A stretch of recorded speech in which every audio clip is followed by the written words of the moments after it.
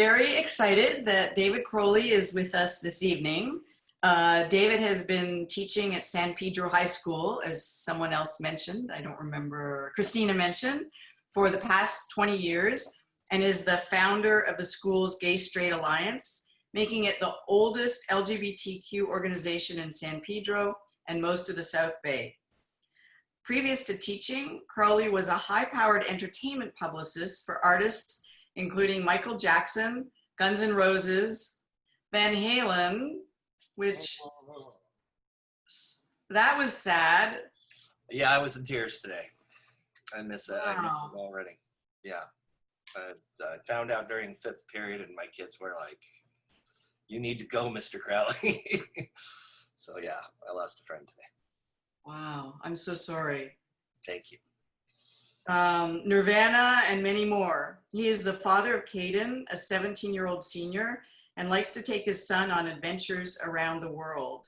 And the thing that interested me when Cindy sent me information about you, David, was David set up an LGBTQ library in his classroom. So that was also so great to see. So thank you so much, David, for being with us here tonight. Oh, I'm honored to be here. I think PFLAG, you know, I've known about PFLAG for a long time, and I was running into a lot of PFLAG parents, many of them at their first Pride parades, and when I marched with 300 teenagers, and it's always fantastic to see parents out there supporting their kids. And, you know, being there for them. And I always love, you know, like you said about models of pride, when your son saw models of pride for the first time, that, you know, I get that a lot, either from models of pride or from marching my kids in Long Beach Pride or West Hollywood Pride parades. And it's an amazing thing to watch a kid's face as he looks around and he sees, you know, his people, right? Or people like him that feel like him. And to feel, you know, I think in some ways it might be their first time they ever feel normal, for lack of a better word, where everybody's there for them. They're not hiding. They're not, you know, they get to be themselves completely and totally and authentically. And getting to witness that every year is like one of the greatest privileges of my life. So, you know, especially for you parents are here for the first time and stuff, you've got a lot of joy ahead of you, I can say. You know, I know right now it may not feel like it, but the future is bright for you. You might have to wear shades. So, why GSA matter? I'm going to share my screen for a minute because I know I don't have, like, you know, as much time as I do with my students. So I hope you can all see that. I don't know which is better. Let me see if I go to present mode. I'm not sure which is better for you. Is that better? Or what, is that better? Yeah, okay, good. And then I'll put up, let me just put up well, I don't need the participants, I just need the chat. This is how it looks at school every day for me. Pulling up chats and things like that. All right, this is like one of my favorite all-time pictures. This is from the West Hollywood Pride Parade. These are my kids, and they are not only were amazing students, but most of them are amazing grown-ups right now too, with very happy lives. So that's a pretty cool thing. Let me see if this works. Hold on, click. Yep, there we go. My name's David Crowley. I should have put my pronouns in here. I don't know what I was thinking. I'm he, him. I'm the San Pedro High School GSA founder and advisor. And that's who I am. Some of the awards I've gotten: National Teacher of the Year, State Teacher of the Year, NBC Today shows Most Inspiring Teacher of the Year, SoCal Honda Dealers Educator of the Year, Barnes & Noble's Favorite Teacher, etc. You can just see it right there. San Pedro High School Teacher of the Year. I think the Today Show is my favorite, though, because I like to be inspiring. And I hope I can do that a little bit tonight. There's some pictures from the Today Show. We played vocabulary basketball together. This was a pretty great day. I got nominated. I had just been displaced like the week before at my school for budget cuts. And my principal decided to nominate me to SoCal Honda, the helpful Honda people you see on TV. They pick 5 educators every year. They write to the principals and they say, you know, tell us about your best teacher. And then they pick 5 and honor them. This is a little bit, I might skip through some of this stuff, but hopefully you can hear it. Can you hear that?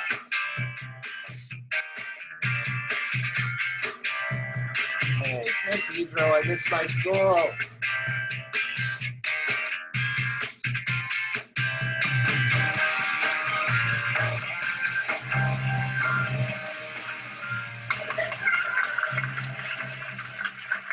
Mr. Crowley is a huge supporter of kids, so his number one asset is his ability to engage students in a variety of different clubs where the students can express themselves. So that number 1 belongs to Gay Straight Alliance, and number 2 is the Glee Club. He gives all the kids an opportunity to just sing and perform, something that they would have never been able to do if it wasn't for him. Mr. Crowley, I'd like to thank you for everything you've done for us here at San Pedro High School. You created a Glee Club which has let children express themselves through music and voice and created a safe haven for children, and that's amazing. So, thank you. They inspire me every day to do what I do. They make it all worthwhile. As we all know, Dave is sponsor of the largest club on campus, the Gay Straight Alliance. Acceptance of diversity for all people on the San Pedro High School campus has become part of the cultural fabric of the school, thanks to the hard work of this amazing man. He's just a wonderful soul. He's a very good soul, and that's important. Mr. Crowley is just a shining example of the work that teachers do above and beyond the school day to support students in learning. His students consistently do well, and he does it while constantly reminding them, as only a master teacher can do, that he cares deeply for their personal and their educational development. Thank you for all you do. We would like to celebrate you with these well-deserved helpful items. These rewards are great, but the reward I get comes from when I see those kids who didn't think they could graduate walk across that stage and graduate. SoCal Honda Dealers have just added a dimension of appreciation to our campus that otherwise would not have been felt. And SoCal Honda has really brought that together for us today in terms of recognizing David Crowley for his major accomplishments that are just a highlight of our school. And I love that he wore one of these today.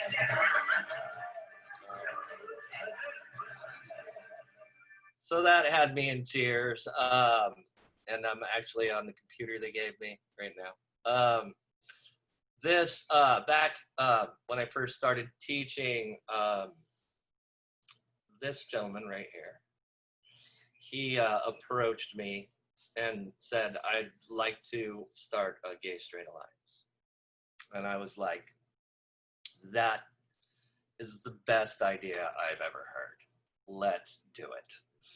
And fortunately, we live in California, and we live in a community that's, you know, San Pedro is, you know, it's a longshoreman town, so it wasn't that open to LGBTQ. Like I said, we were the first organization they had, but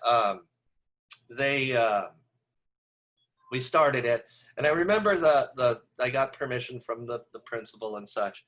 And we went through all the things we had to go through. And then I remember the first meeting, it was packed. And there were people outside. It was almost a small riot on campus because everybody just wanted to see who was gay.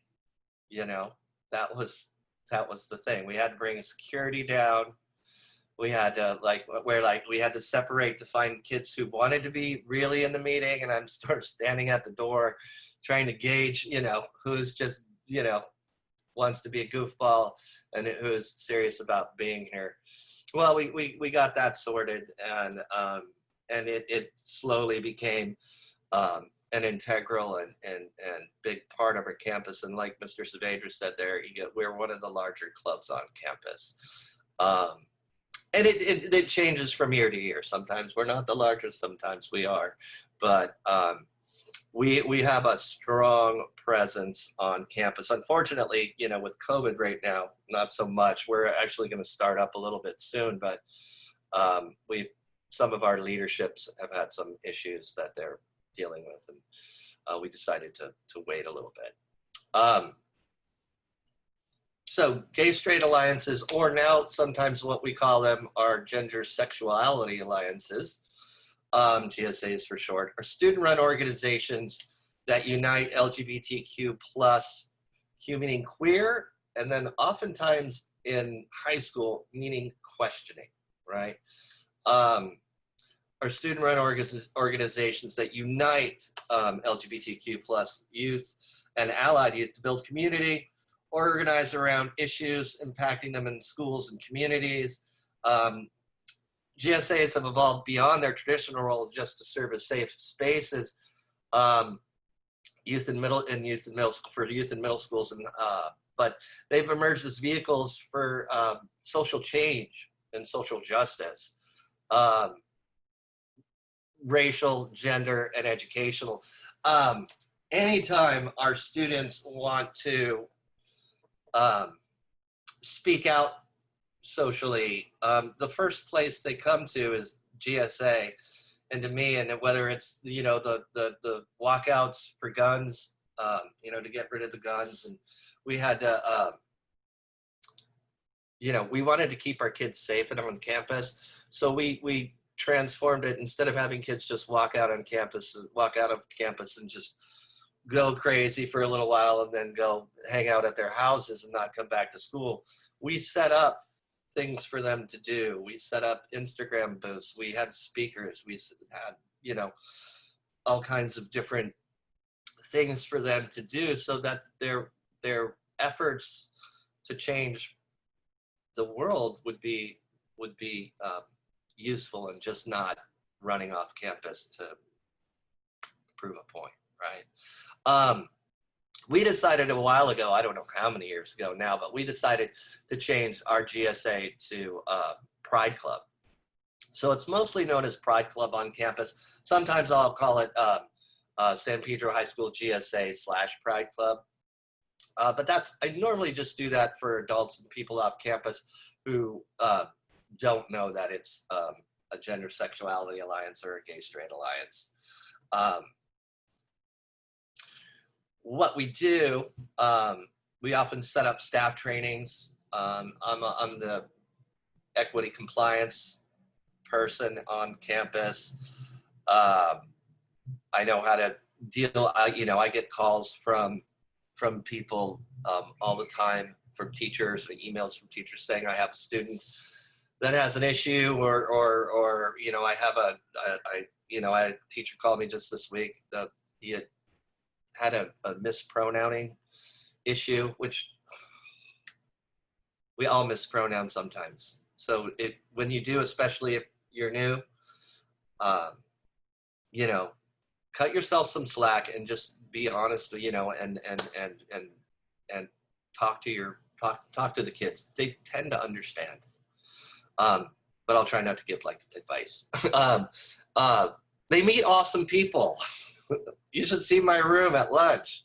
It's amazing. It's the United Colors of Benetton. It's I got skater kids, and I have gay kids, and I have straight allies, and I have kids who just, I have just, kids who just want to let their freak flag fly. Sometimes they just know they can come hang out, eat lunch in my room, or spend nutrition in my room, or just, come by whenever they're struggling, even if it's during school time.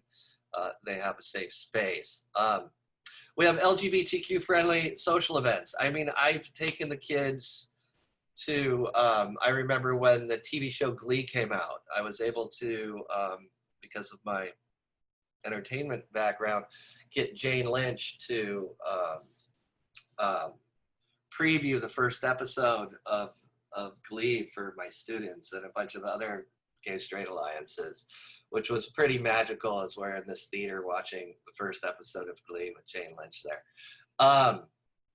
We've done, you know, we've marched in every single Pride parade, except the last one because of COVID, since for the last, I don't know, God, it's got to be going on 12, 15 years or something like that. Since we were able to begin marching, that took some work to get the kids in there.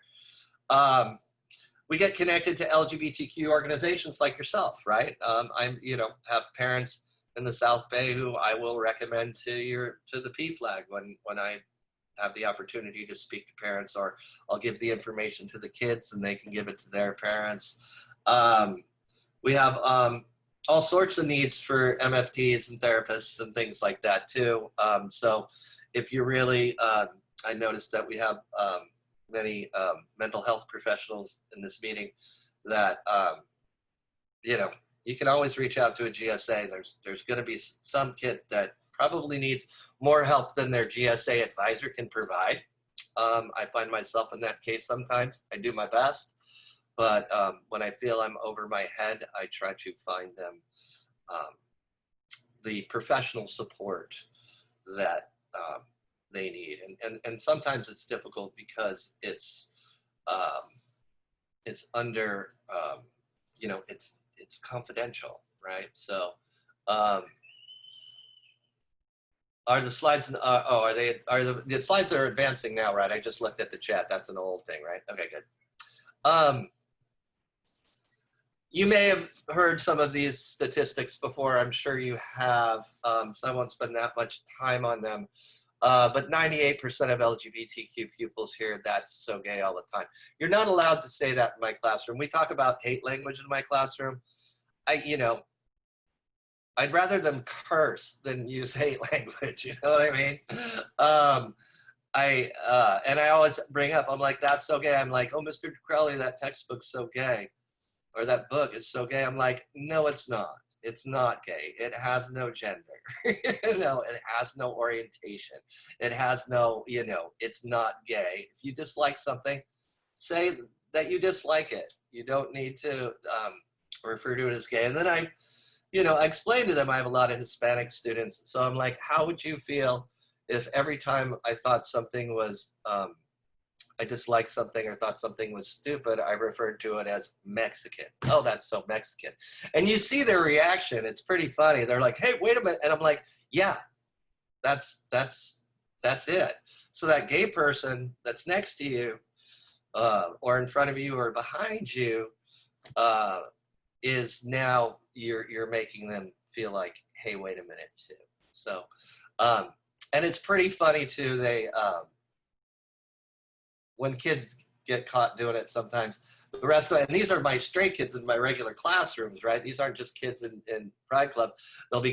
Some kid will go, "That's gay," or "You're gay," and you just see them, the rest of my class just sort of like look at them like, "Oh, you just didn't say that in here. Give him the speech, Mr. Crowley. Give him the speech," you know? And sometimes they get the speech, sometimes they don't, but they definitely have a moment of learning and a moment of reckoning. And it's just turned out to be a really positive thing at our school because we've really cut down on that a lot. 75% of LGBTQ people, especially in religious schools, experience homophobic bullying and are less likely than pupils in other schools to report it. Only a quarter of schools that think homophobic bullying is wrong in their school, right? 30% of LGBTQ pupils report that adults are responsible for some of this too, especially as we move out of California and especially in oftentimes schools of faith. So that's a struggle. 58% of LGBTQ students don't report bullying. I get it reported to a lot, and I will do something about it. Although many don't. They just tell students to bite the bullet. You won't find that happen at San Pedro High School very often. I'm not saying we're perfect, but we've done enough work at our school, and you know, I actually had a teacher out a student once, and that teacher got sent to another high school, and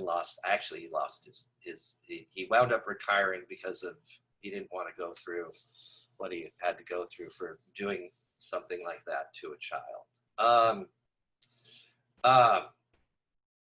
7% of teachers are reported to respond when they hear homophobic language. You know, I think it happens, I would say that rate's higher at my high school because we make a thing about it. We talk about it. We march about it. We educate about it. I also run the school newspaper, so we have LGBTQ stories in there as well.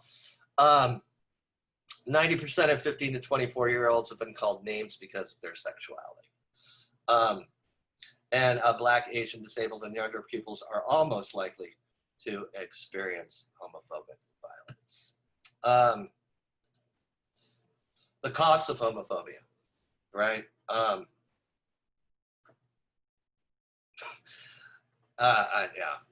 Sometimes sometimes I have problems with the word homophobia because sometimes I think, you know,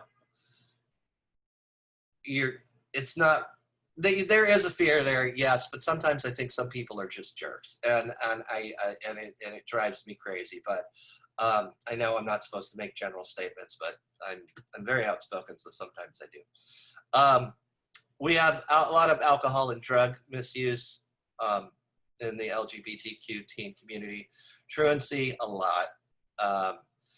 Giving up on academic achievement is huge. Trying to get them, when you're trying to figure out who you are or you're being bullied, one of the last things you're worrying about is your grades in your class. You're just worried about survival or figuring yourself out, and especially if you have it, you know, rough at home as well. If home's a hostile environment, you know, I've had to hold kids in, I've had to use my rights as a teacher to not send a child home with a parent because they felt they were in danger from that parent once they came out to them. And that's pretty intense thing, an intense position to be put in, but one I'm happy to take on behalf of my students, and fortunately that student is doing very well now. They suffer from mental and or physical health conditions such as eating disorders, you know, as a result of anxiety, eroded self-esteem, cutting. Suicide rates are highest among LGBTQ teens. The Trevor Project, thank God they exist. They're a great project. If you think your child is suicidal, possibly, the Trevor Project is a great resource, especially for that. Language, I'm sure most of you know this, so I'll kind of get through it, but the queer alphabet, right there. Lesbian, gay, bisexual, transgender, queer, questioning, asexual, intersex, pansexual, and quite frankly, there's a lot more. But those are the big ones. Homo, bi, transphobia, the irrational fear and hatred of LGBT people. A homo, bi, transphobic incident is an incident which is perceived to be homo, bi, transphobic to the victim or another person. It is directed to impact those known or even just perceived to be LGBTQ. Heterosexism, it's a set of assumptions and practices that promotes heterosexual relationships as the only natural and valid form of sexual orientation, which is much like sexism as perceived between men and women, right?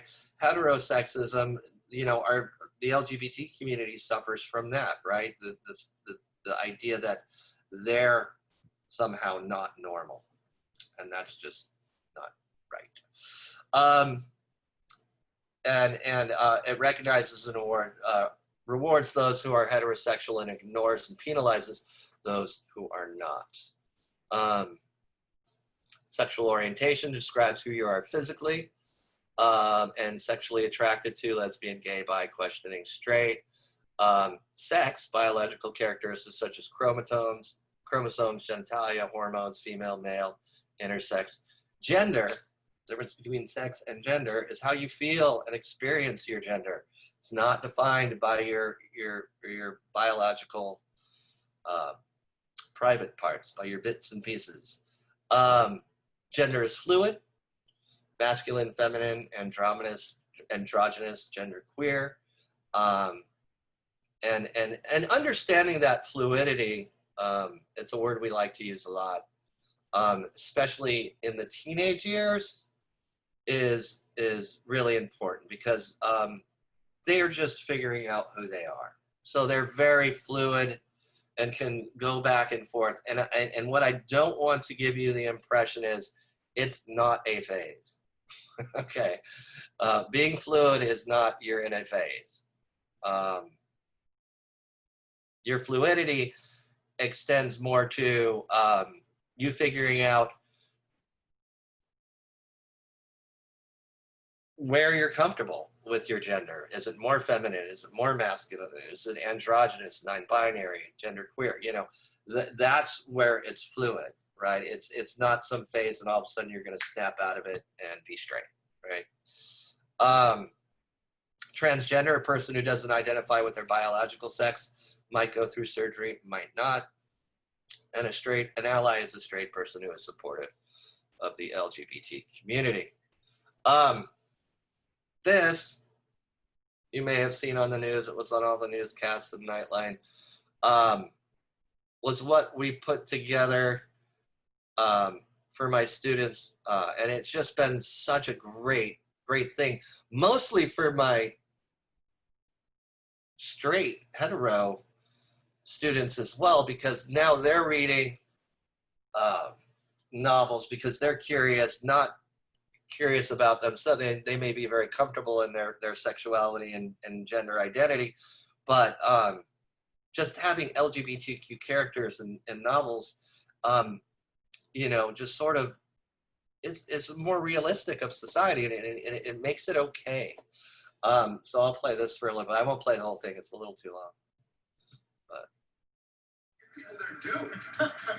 That's right. Let me nominate Mr. Melvin Robert. Holla, okay. All right, on to you. I like this story. Yeah. All right. One San Pedro High School teacher and his students are making history by creating the nation's first LGBTQ library. Our Zarina Karzana shares what this library means for students of all identities on campus. Zarina. It's said that books can open up new doors. You'll get to see my classroom. If my students want to say that's gay, they can. Black LGBTQ books. I'm Zarina Karzana, and I'll share with you how the nation's first Pride Library is making its way in San Pedro High School.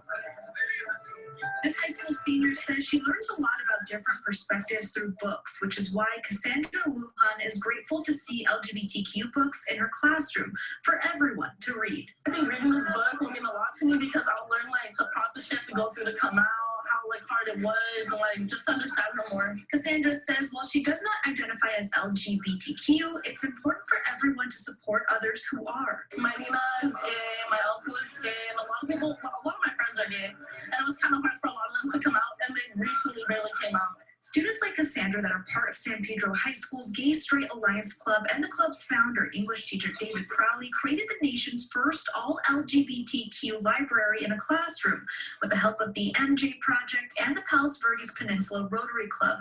According to the American Library Association, books linked to gender nonconformity and LGBTQ topics were some of the most challenged books to be banned from libraries or schools in 2018. That. You can find that on our website, but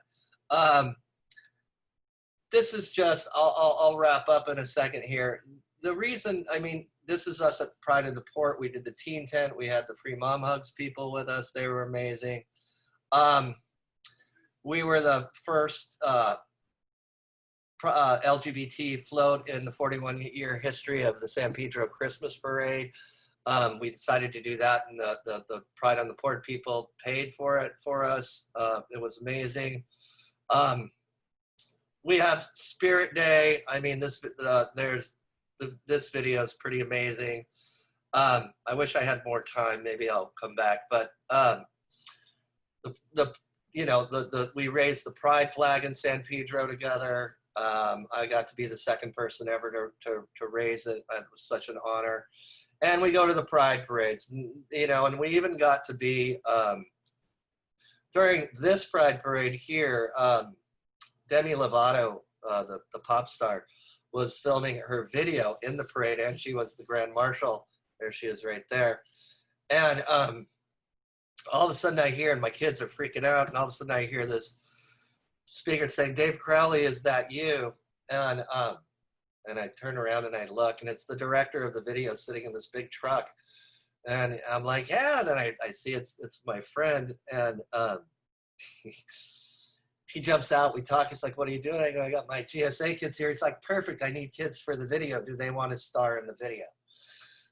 Well, needless to say, I was the coolest teacher in the history of the world at that point in time, and they wound up starring in the video. It's called Really Don't Care. You can see it on YouTube or Vivo, and you'll see a lot of these faces right here in that video, and they love it. So I'll take a few questions, whatever. I know you guys have lots of things to do, so I'm gonna stop my share, and there you go.